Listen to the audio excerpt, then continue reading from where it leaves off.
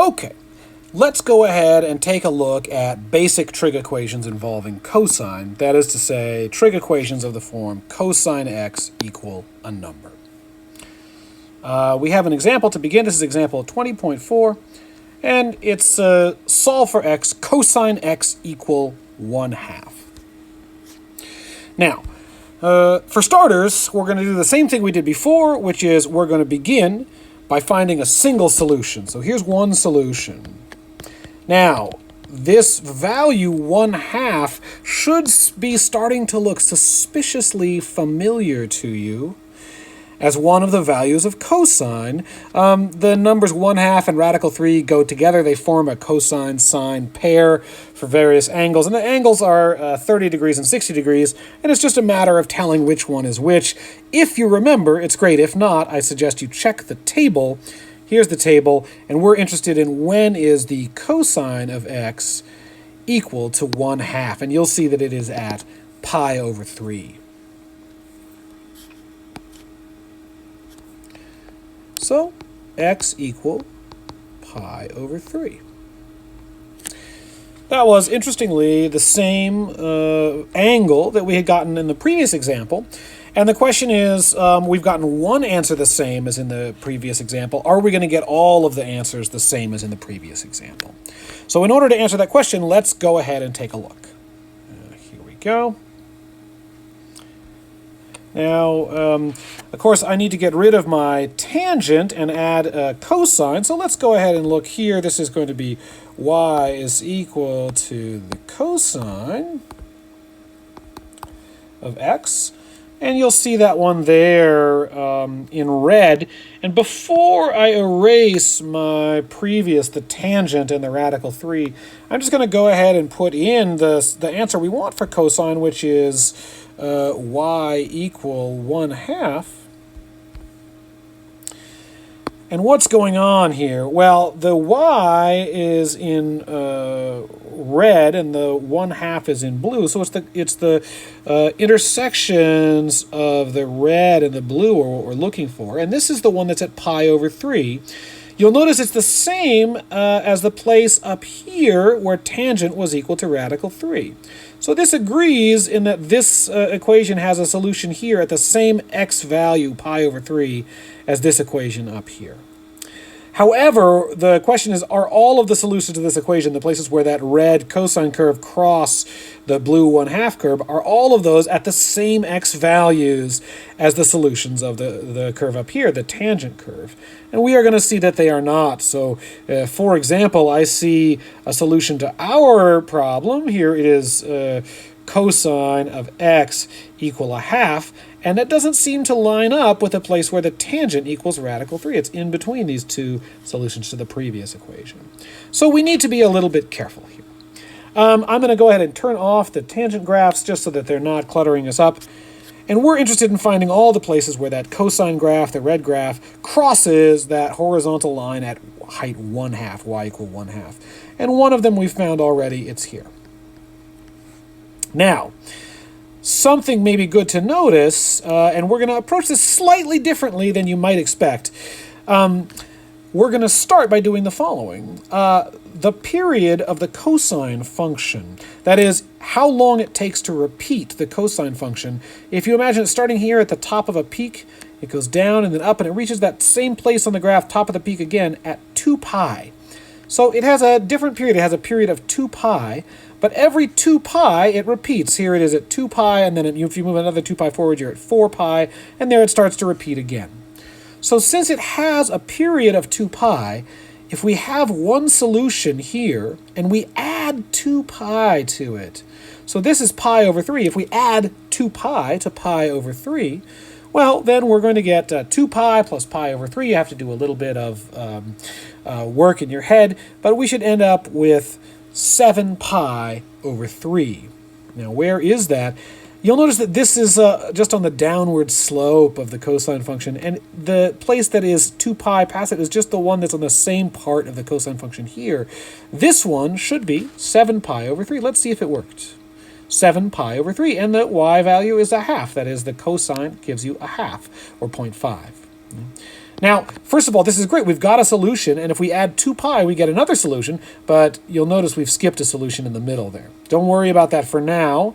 Instead, let's think about taking this solution, this was 7 pi over 3, and adding 2 pi to it. We should get another one, 7 pi over 3 plus 2 pi. So let's go ahead and record these. One solution was x equal pi over 3.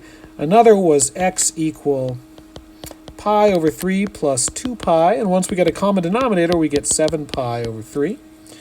And then I claim that we can take that 7 pi over 3 and add on 2 pi again, and we should get another solution that works. This one is going to be 13 pi over 3.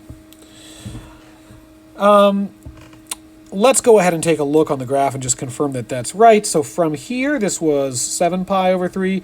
If we add 2 pi, that's like going one full cycle here, then this one should be a solution also. And you'll see it's 13 pi over 3, comma 0.5.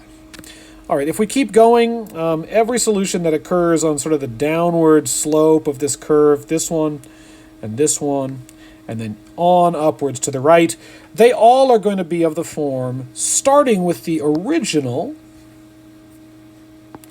value, pi over 3, and adding 2 pi to get to there, add 2 pi to get to the next one, add 2 pi. You can add 2 pi as many times as you like. And similarly, going backwards, skip this guy for now, the ones that are on the downward slopes of the cosine function, this one is 2 pi to the left of this one. So to get to it, we take this value, pi over 3, and we subtract 2 pi from it, and we'll get that one. Pi over 3 minus 2 pi, we get a negative number. It's a negative angle. X is negative, and it's negative 5 pi over 3.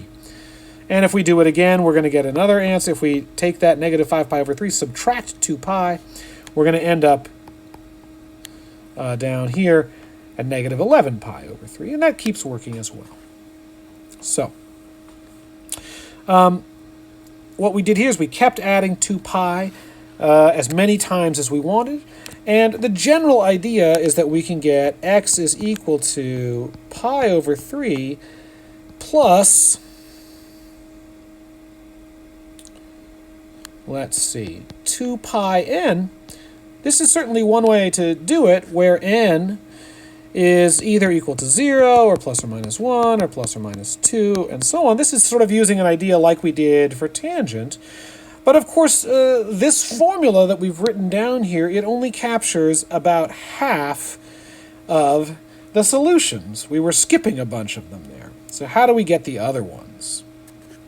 Okay, let's take a look. Let me grab my pointer. Let's go back to the beginning. This is the point pi over 3, and what we'd like to know is what is the point over here. And for this, we're going to use the fact that the cosine satisfies this handy symmetry handy symmetry equation. And that symmetry equation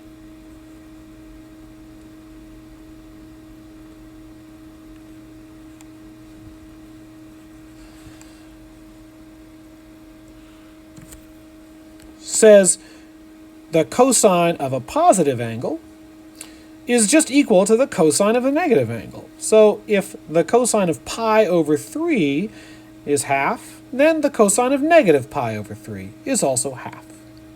So we got a value here, pi over 3, that's just from knowing in our table. And the one on the other side we got because the cosine is what we call an even function. If you change the angle inside, making it negative instead of positive, then you're going to end up with another solution, an angle with the same value of cosine. Okay, so here, let's just record that. Whoops. Since we have this nice fact, which is cosine of minus x equals cosine x, and if you want a name for that fact, it is that cosine x is even. We also have that x equal negative pi over 3 is a solution.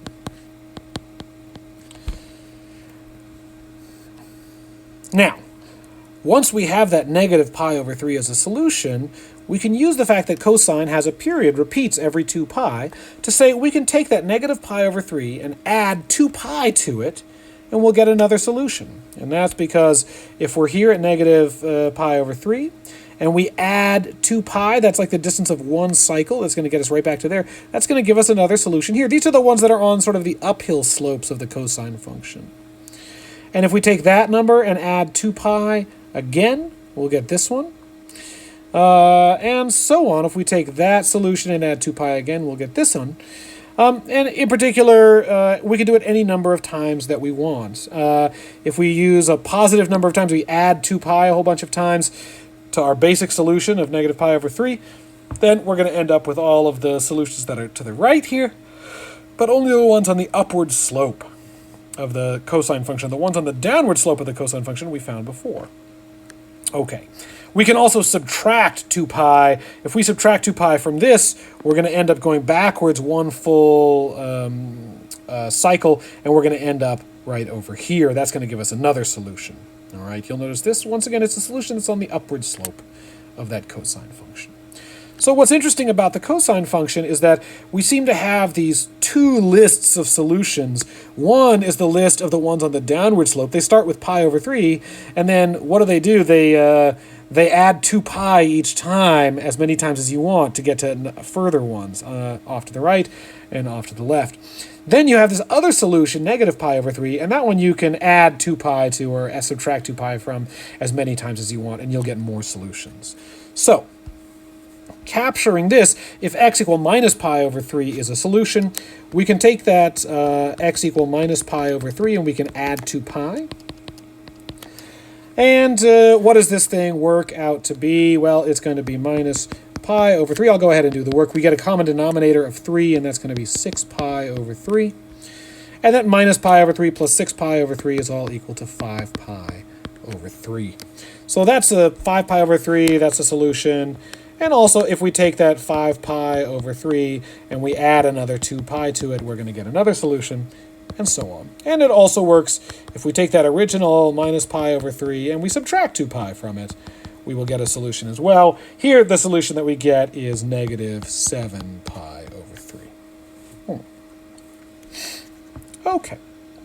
So how do we put these together into a single? It almost looks like what we have is this formula for the ones that we've just found is x equal negative pi over 3 plus 2 pi times n,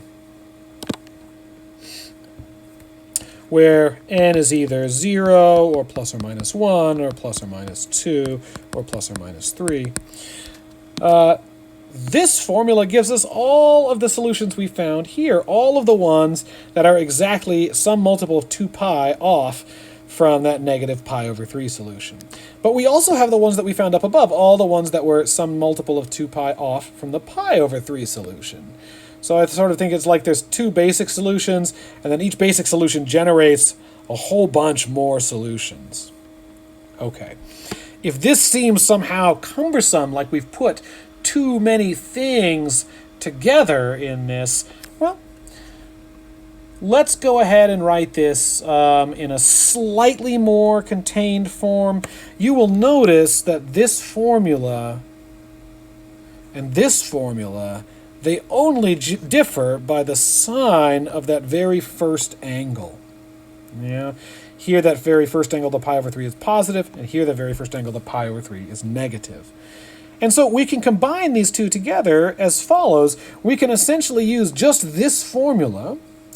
That is, we can take any number of copies of 2 pi and add it on to a basic angle, and the basic angle is either positive pi over 3 or negative pi over 3, and we can capture that in a single formula by writing it as plus or minus pi over 3. So here's our solution. Collecting that all together, our solution is x equal plus or minus pi over 3 plus 2 pi times n, where n is allowed to be any integer, that is any positive or negative whole number. And this is our final answer for this example. This captures all of the different ways in which the cosine of an angle x can be equal to 1/2. Now, there's a general principle that goes along with this one as well. We've just seen it in action, and we've gotten our solution appropriately. But the general principle looks like so. Let's see if we can find it. Whee! Ah, it's just far down. Here we go. So the general rule is to solve an equation of the form cosine x equals c. We first determine a single solution. This is, for us, it was like pi over 3. And we did it because we knew the value of x so that cosine x equaled 1/2. Remember, RC was 1/2. But if you didn't know the value of x that made this work, you could always use the inverse cosine function on your calculator and get a decimal version of this.